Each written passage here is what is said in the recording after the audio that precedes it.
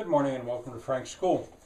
6-year, 136-day first video. I'm Gloss. Remember me, Gloss? That's the persona I take on when I go back and look at what I've already put on here.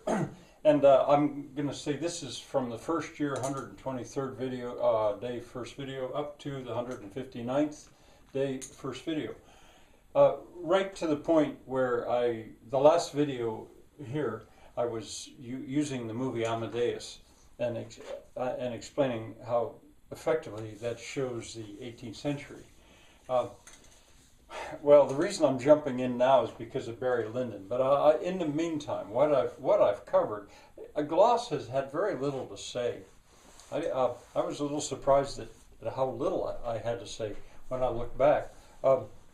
Mostly, I'm content with the stuff that's on there.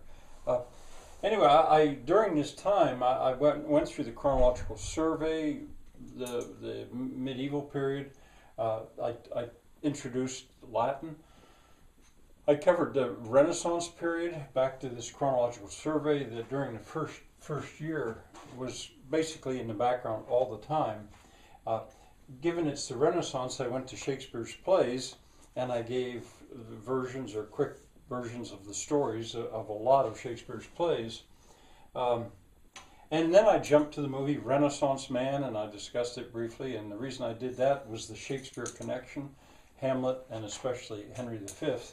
When that was over, or even while that was going on, I think I went to the Easter story because Easter was there and I covered that. And then I went back to the chronological survey, which is where I was. Why Gloss is jumping in right now is because last night I got up to build a fire and I turned the television on and here Barry Lyndon, the movie, Stanley Kubrick's movie, Barry Lyndon was playing.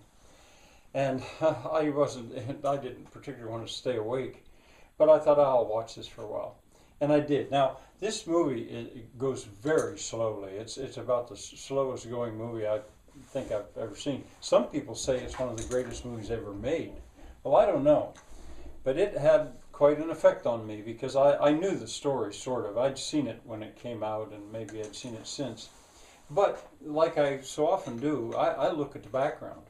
I look at the architecture, the costumes, the furniture, the weaponry, the way they plow their fields. I look at all this stuff. And Barry Lyndon presents the 18th century. It's about a picaresque novel. That's a word you don't hear that often.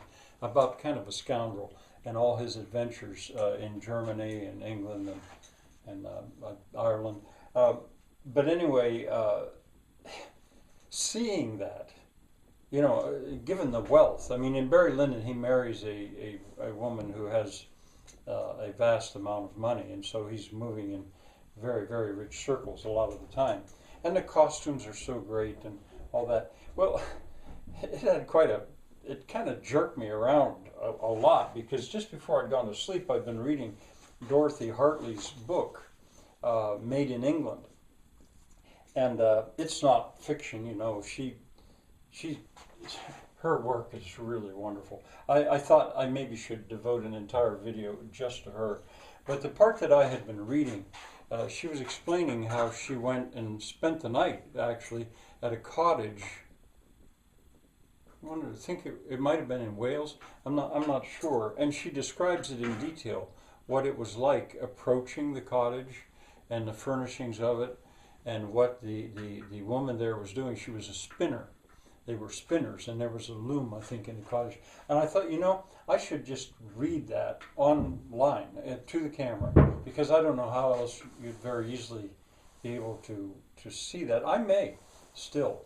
I don't know how that would go over, but I found her writing so effective, and it gave such a picture of life among real peasants. About, I suppose that was probably about 1920.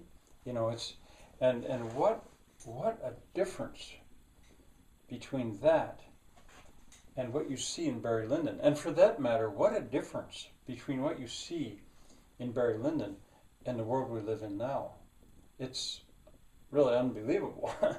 All right, so anyway, I just, my hat goes off to Barry Lyndon, and particularly the soundtrack. That I remembered almost more than anything else. There was a Schubert piano trio. I think it's in E flat, cello, violin, and piano. Just hauntingly beautiful. The soundtrack's great. So anyway, I want to remind you that Barry Lyndon is there, and if you were using my videos in a real classroom, and you had time, just like Amadeus so effectively shows life among the richest of the rich in the 18th century, Barry Lyndon does a similar thing.